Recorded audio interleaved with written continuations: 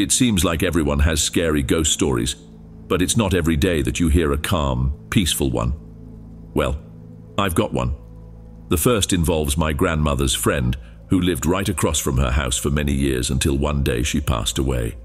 We used to visit her and help her out with things around the house because, despite being independent, her family lived far away, and sometimes she needed a hand with heavier chores. Just so you understand, this lady was Irish and loved to joke around with us. She would hide around the house and constantly playfully scare us. She moved through the house almost as quietly as a breeze, and every now and then she'd appear out of nowhere and give us a pinch, saying, "Hey, boyo." But, as always happens, the day came when my grandmother's friend passed away. We went to the funeral to pay our respects. I remember standing in line to offer condolences to the family when, out of nowhere, I felt a pinch on my back and heard someone whisper, "Hey, boyo." I jumped, but luckily no one noticed. For the longest time, I swore it was the old lady playing one last trick on me. Today, looking back, I think she was just saying goodbye. Years after her friend passed away, the time came for my grandmother to go too. Nothing extraordinary happened at the time, so those details aren't too important. What really matters is that after that, my grandfather was never the same. Decades later, he passed away as well, joining her. When we did one last walkthrough of the house before letting a relative move in, I decided to go back to my grandmother's room. As soon as I opened the door, I felt an unexpected warmth and saw a brief golden glow out of the corner of my eye. I think she had come back to fetch my grandfather. A few months after that, it was my own mother's turn to pass away. Her death was more sudden than the others, so it took a while for us to get used to the idea. When my sister came to help me sort through our mother's things, she brought my nephew and a little girl along.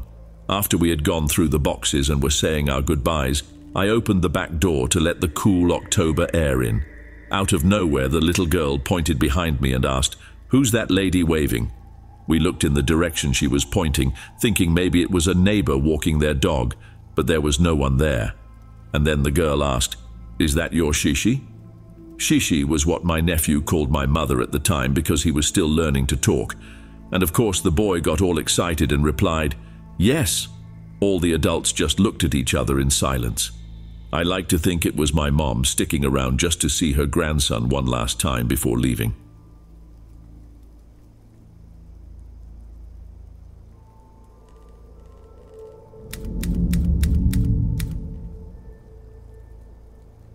I was never one to believe in supernatural things, but after what happened in that small town in the countryside, my view on the subject changed completely.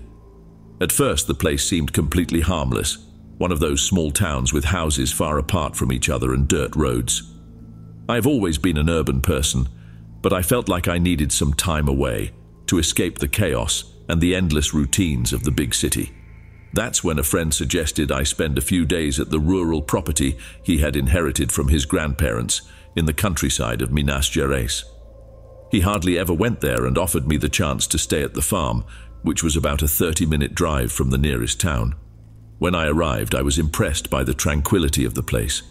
The green hills, the clear sky, and the sense of isolation had something comforting, but at the same time brought a subtle touch of loneliness.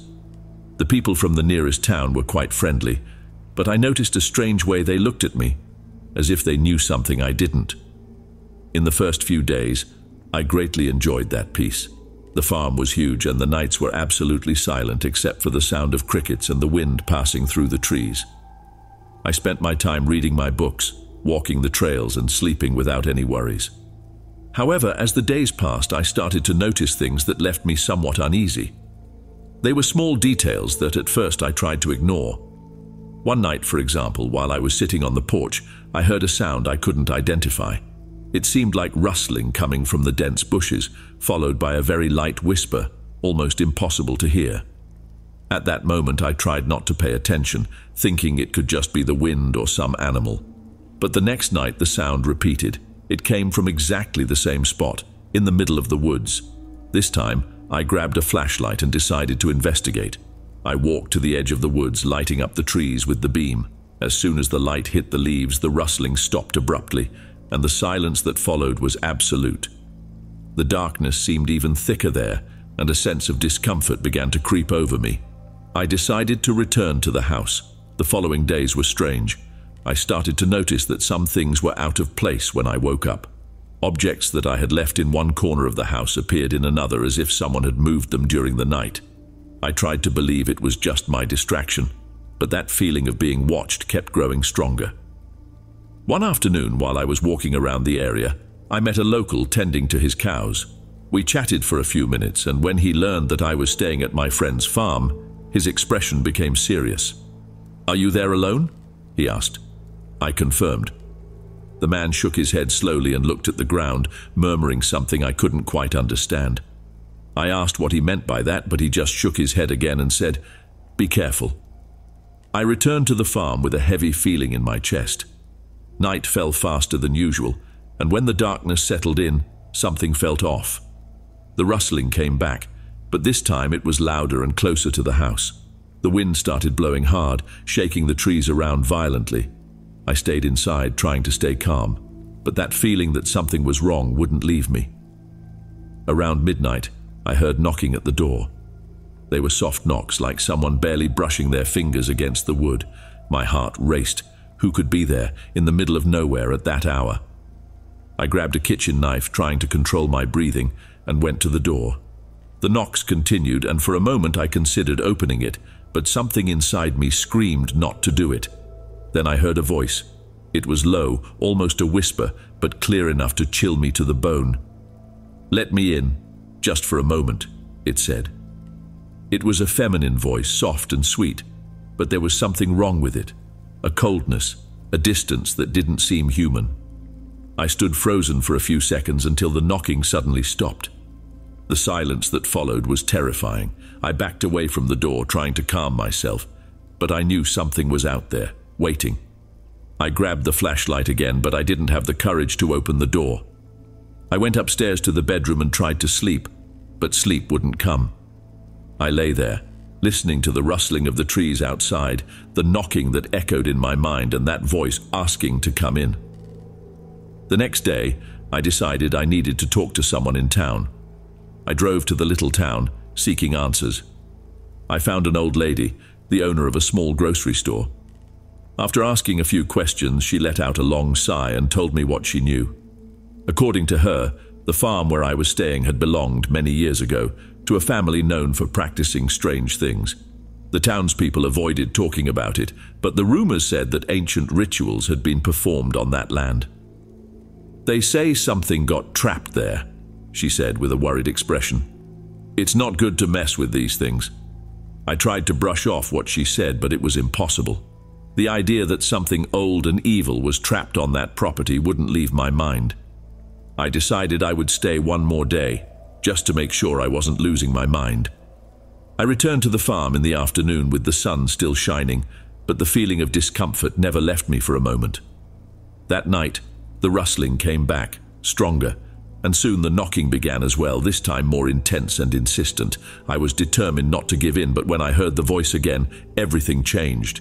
It was no longer asking to come in, now it was angry. "Open this door!"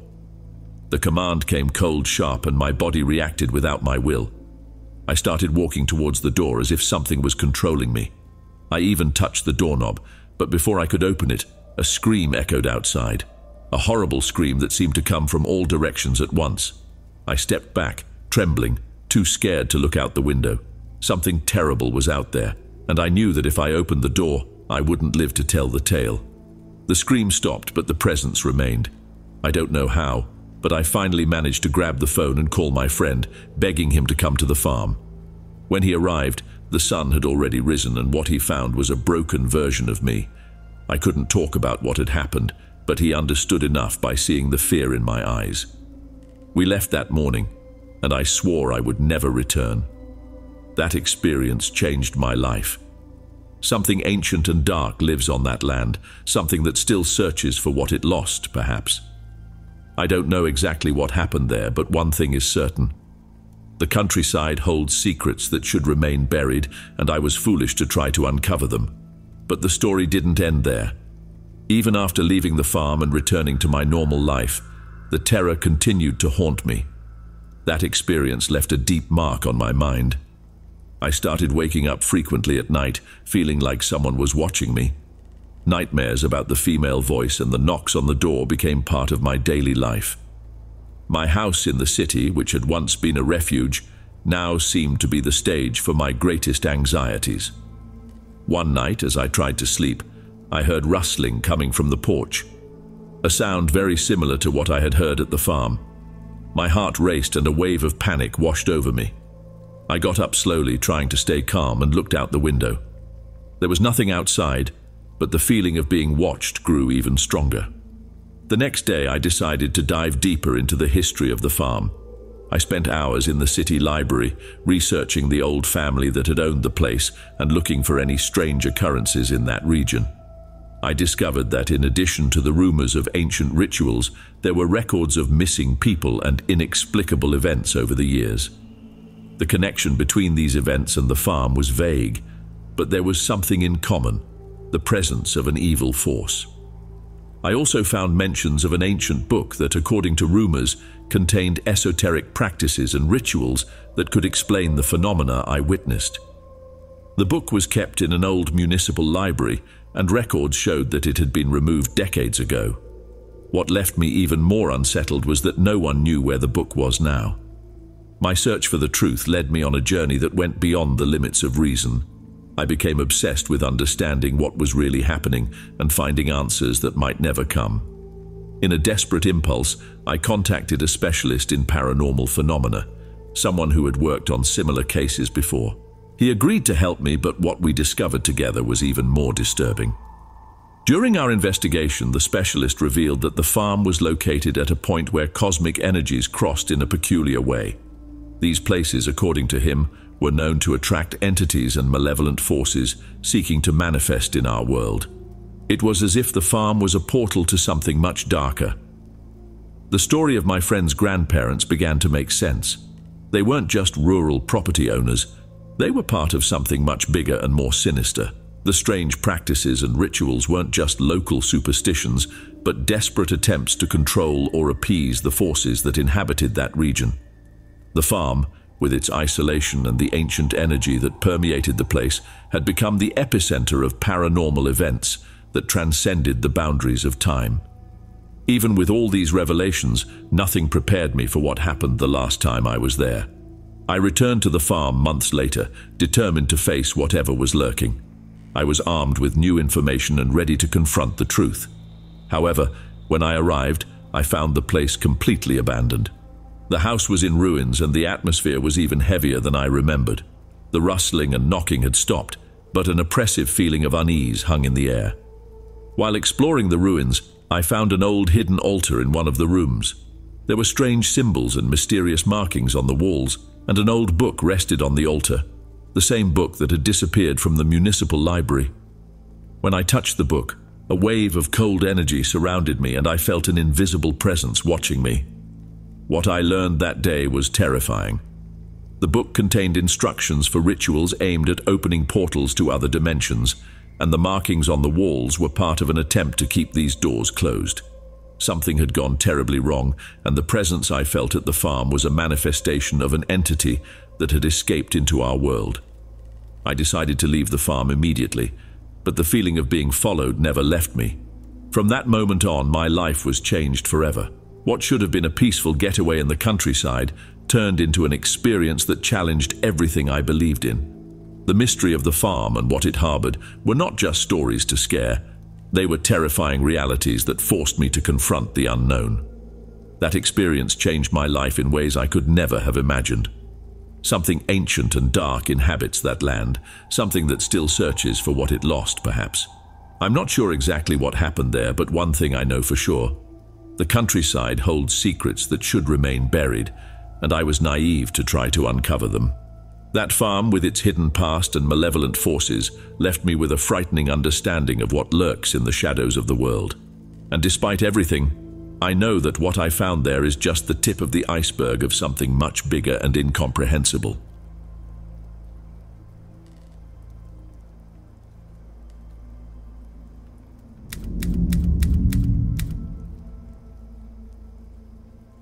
When I was 16, my family decided to spend some time on a farm that had been left to us by a distant relative.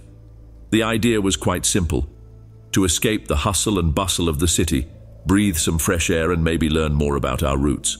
However, what seemed to be a peaceful getaway turned into something that would challenge my view of the world and the supernatural. The property was in a very isolated place, surrounded by vast fields and a dense forest that stretched as far as the eye could see. The house, with its red-tiled roof and stone walls weathered by time, had a rustic charm, but it also exuded a certain mystery that enveloped us. The large windows, covered by heavy curtains, and the porch, clearly in need of a new coat of paint, gave the house a cozy yet lonely appearance. It seemed like the perfect place to take a break from modern life. Despite all the charm, the atmosphere of the place brought a sense of isolation that contrasted with the hustle and bustle of the city we had left behind. In the first few days, the experience was peaceful. We spent time exploring the property, fishing in the nearby lake, and getting used to life in the countryside. The nights were very quiet, with the sound of cicadas and occasionally the distant howl of a wolf. Even so, the tranquility of the countryside had something almost suffocating about it. The vastness of the place and the solitude that took over the nights began to bother me, but I tried to push those thoughts away, thinking it was just a matter of getting used to the new routine. However, soon we started noticing strange things that didn't make sense to us.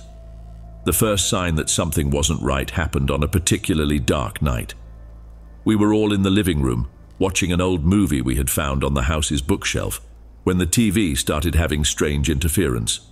The sound became distorted, and before we could understand what was happening, the TV simply turned off by itself. My mother tried to turn it back on, but it didn't work. While she was fiddling with the TV, I looked out the window and saw a faint light flickering between the trees in the forest. At first, I thought it was the light from a neighbor, or maybe just a random reflection, but the light seemed to move and change intensity in an inexplicable way. I decided to take a look, thinking it could be a group of hunters or an unexpected visitor. I grabbed a flashlight and headed out towards the field, but the darkness seemed to swallow everything around me. I walked towards that light, but the closer I got, the more it moved away. A shiver ran down my spine, and the feeling that something was wrong only grew. When I finally reached the spot where the light seemed to be, I realized there was no one there. The light had disappeared, and the silence around me was total. I returned to the house with the strange feeling that I was being watched. My parents were nervous, but they managed to fix the TV, and the night went on. Even so, I couldn't shake off the feeling of discomfort, as if something was watching us and following us all the time. In the days that followed, other strange events began to occur. We noticed that some of the house's doors and windows were open, even though we were sure we had closed them before going out. At night, we would hear heavy footsteps upstairs, even though we were all downstairs. My father tried to explain it, saying that the wind might be opening the doors, but my mother and I knew there was something more sinister behind it all. One afternoon, while exploring the forest, I came across a small abandoned cabin. It was hidden among the trees, almost completely camouflaged by the vegetation. The door was ajar, and curiosity led me to enter. The interior was covered in dust and cobwebs, but what really caught my attention were strange symbols drawn on the walls.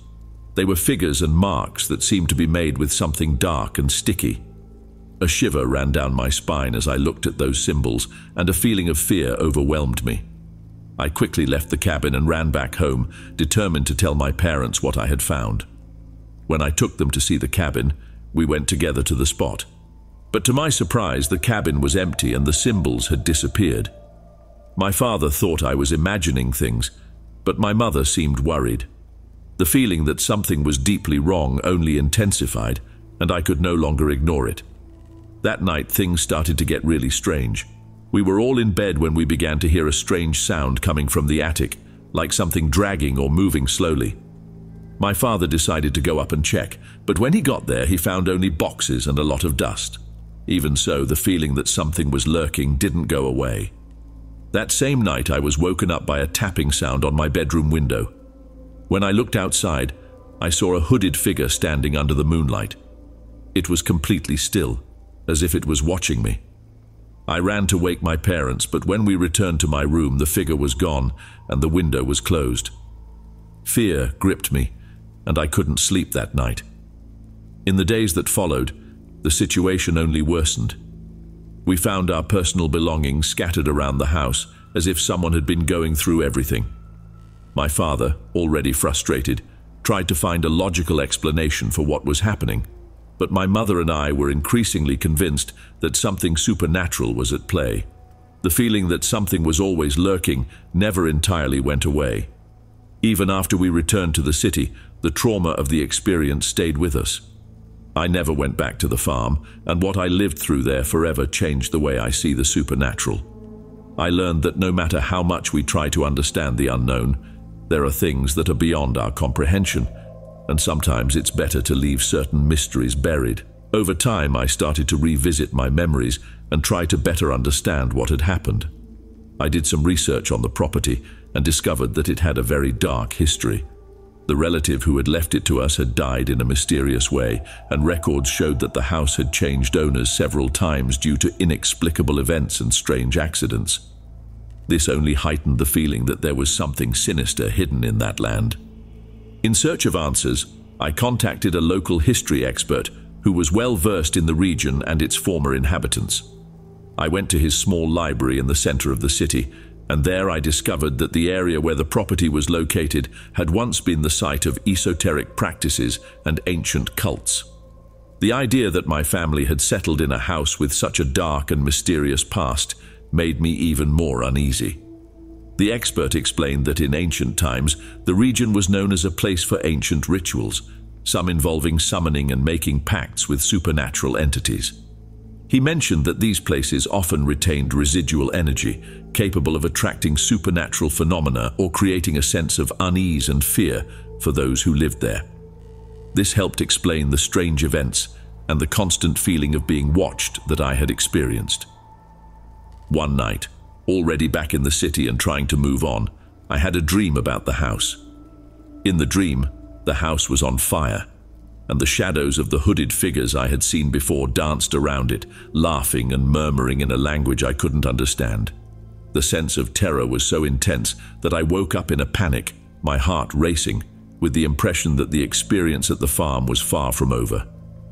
I decided to make one last visit to the farm, hoping to find some sort of explanation or even perform a cleansing ritual on my own, as the strange events seemed to have not completely ceased. I returned with a mix of determination and fear. When I arrived, the house seemed even more desolate, and the environment had an air of decay that I hadn't noticed before. What had once seemed like just a rustic place now had a palpable negative energy. I spent some time exploring the surroundings, and to my surprise, I found another cabin, even more hidden, at the back of the property. I hadn't seen this one before. The cabin was in an even worse state of deterioration than the first, and inside I found objects that clearly belonged to ancient rituals: burnt candles, pentagrams drawn on the floor, and other items suggesting occult practices. I was paralyzed for a moment, overwhelmed by the sense that something was deeply wrong once again. While I was still inside the cabin, I heard footsteps behind me. I quickly turned around, but no one was there. Fear turned into panic, and I ran out of the cabin and off the property, determined never to return. The feeling of being watched, the invisible presence, seemed stronger than ever. The experience at the farm left deep marks on me. The feeling that something sinister was hidden in those fields and forests never completely left me even after so many years. Sometimes, when I look at a forest in the distance, I feel a chill and that same sensation that something is lurking among the trees waiting to be discovered. What I learned from this experience is that there are mysteries in the world that are better left untouched. Sometimes the unknown should not be explored, and the secrets of the past are better left buried. This experience taught me to respect what we cannot understand and to accept that some things are beyond our comprehension.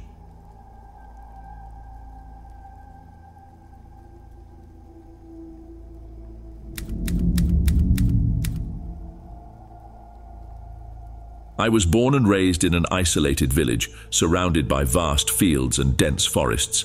To many, this setting might seem peaceful, a simple life in harmony with nature. But for those who lived there, especially at night, The environment carried a weight that was hard to explain. The darkness that fell over the houses was not just the absence of light. It was as if a dark veil covered everything, smothering and hiding very old secrets. My parents always spoke in hushed whispers about stories of disappearances and strange things that happened around the area. I never paid much attention to it until the night when everything changed. The house where I lived was at the end of a dirt road, practically isolated. In front of it there was an open field, and in the back, a dense forest. The village was small, and the few people who lived there seemed trapped in a routine that never changed. It felt like time passed differently there. When night fell, the silence was deep. All you could hear were the distant sounds of the forest. But in the past few months, I started noticing something strange. It wasn't the usual sounds of nature, it was more like slow, dragging footsteps, always distant, but present. I tried to ignore it, but fear began to grow inside me when I realized that these footsteps seemed to be getting closer and closer. The first time I heard these footsteps, I thought they were just the sounds of wild animals living in the forest. However, as the days passed and the noise continued, I began to doubt that explanation. It was an uncomfortable feeling, as if something was always nearby but just out of sight. During the day, the field seemed harmless, but at night, the darkness revealed a different face. One especially cold night, as I was getting ready to sleep, the sound of footsteps was closer than ever. It was dragging, like something heavy was moving along the ground, circling around the house. I hesitantly grabbed the flashlight and went to the living room window.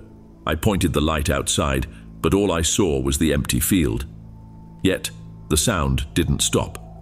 It was as if something was lurking, waiting. That night, I couldn't sleep. I sat in the living room watching the darkness through the windows, with a knife by my side. The following weeks were even more uncomfortable. The nights were getting colder, and the feeling of being watched became unbearable. The thick mist that covered the windows every night disturbed me, as if something was breathing outside, just waiting for me to look. Then, one of those nights, as I was lying down, I heard a strange sound coming from the guest room, which was at the back of the house, a creak, followed by something dragging across the wooden floor. I got up from bed, trying not to make any noise, and went to the hallway that led to the guest room. When I approached, I saw that the door was ajar, and a faint, almost imperceptible light was coming from inside. My heart raced, but with the knife in hand, I cautiously pushed the door open. The scene I found inside left me frozen. On the floor, something that looked like dark, viscous mud formed a trail leading to the window. The curtains swayed slightly, and the air was heavy, filled with a damp, rotting smell. When I looked at the window, I saw a figure. I couldn't make out its features, but it seemed to be there, on the other side, watching me. Fear took hold of me so intensely that I ran without looking back, without even remembering to close the door. I locked myself in my room, trembling, trying to convince myself that it was just a dream, a nightmare. But deep down, I knew it wasn't. The next morning, with the sunlight streaming through the windows, things seemed normal. But something inside me had changed. I was more alert, and I realized that the feeling of being watched never left me. And worse, the footsteps returned, but now they were inside the house. Sometimes in the middle of the night I would wake up to the sound of something dragging across the floor, always coming from the guest room. Ignoring it was becoming impossible, and my sanity was beginning to crumble. The days that followed were marked by growing despair. The mist that covered the windows grew thicker each night, and the silence of the house was only broken by those disturbing sounds that I couldn't explain. The smell of rot coming from the guest room seemed to seep into the rest of the house, and the feeling of being watched never left me. I tried to find some comfort in my routine, but the terror seemed to seep into every aspect of my life. One night I finally couldn't bear that silent terror anymore. I grabbed a flashlight and a knife, determined to find out once and for all what was happening in the guest room. The mist on the windows was denser than ever, and the air felt icy, as if the house itself was losing its life. I opened the door to the room with a firm push, but what I saw inside made me immediately recoil. That figure, the same grotesque shadow I had seen before, was there. But this time it wasn't outside, it was inside the room, standing in a corner, watching me. Its eyes, or what seemed to be eyes, glowed with a faint and disturbing light. The thing had a humanoid shape, but its limbs were distorted, elongated in a bizarre way. The air around it seemed to vibrate, as if that creature didn't belong to this world, as if it was a rupture in reality. For a few seconds we stood there, motionless, the creature and I. Then it began to crawl towards me, emitting that guttural sound I had heard before. Panic took over, and I ran out of the house, feeling the terror consume me. I reached the dirt road and kept running towards the village, unable to think of anything other than escaping. When I finally reached a neighbor's house, I pounded on the door until someone answered. I spoke breathlessly, trying to explain what I had seen, but even for me it was hard to believe. They decided to come back with me the next morning to investigate. At dawn, we returned to my house. The field was calm, and everything seemed normal. But when we entered the guest room, there was the trail of dark mud on the floor. There was no sign of the creature, but everyone could see that something very wrong had happened there. The feeling of being watched never went away, and that grotesque figure seemed to have left a permanent mark on my mind. The neighbors tried to comfort me, but the fear was real, palpable. I needed to leave that place, and fast. A few days later I moved away, but the fear and memories of that night never left me. I still wake up in the middle of the night, drenched in sweat, with that feeling that something is watching me. And the scariest part is that even being far away, I feel like I haven't escaped. Something ancient, something that has inhabited that land longer than anyone can imagine, is still there, waiting for me. Perhaps one day I will be forced to return. It seems that place is bound to me and I to it, in a sinister connection that goes beyond human understanding. Even today, when the wind blows on cold nights and I hear distant sounds, I can't help but feel that the creature is still lurking, waiting for the right moment to show itself again. The fear I felt in that house was not an isolated experience. It became a shadow that extends throughout my life, reminding me that some old stories aren't just legends but dark truths hidden in the darkness, ready to emerge when least expected. Despite all my efforts to forget, the memory of that night continues to echo, disturbing, a memory that will never stop haunting me. Those days in the village, the field, the house, the creature, all of it has become part of me. A constant reminder that even in the most peaceful and isolated places, the most terrible secrets may be hidden, lurking. I learned the hard way that some things are better left undiscovered, for the terror I lived through went beyond simple fear. It became an indelible mark on my soul.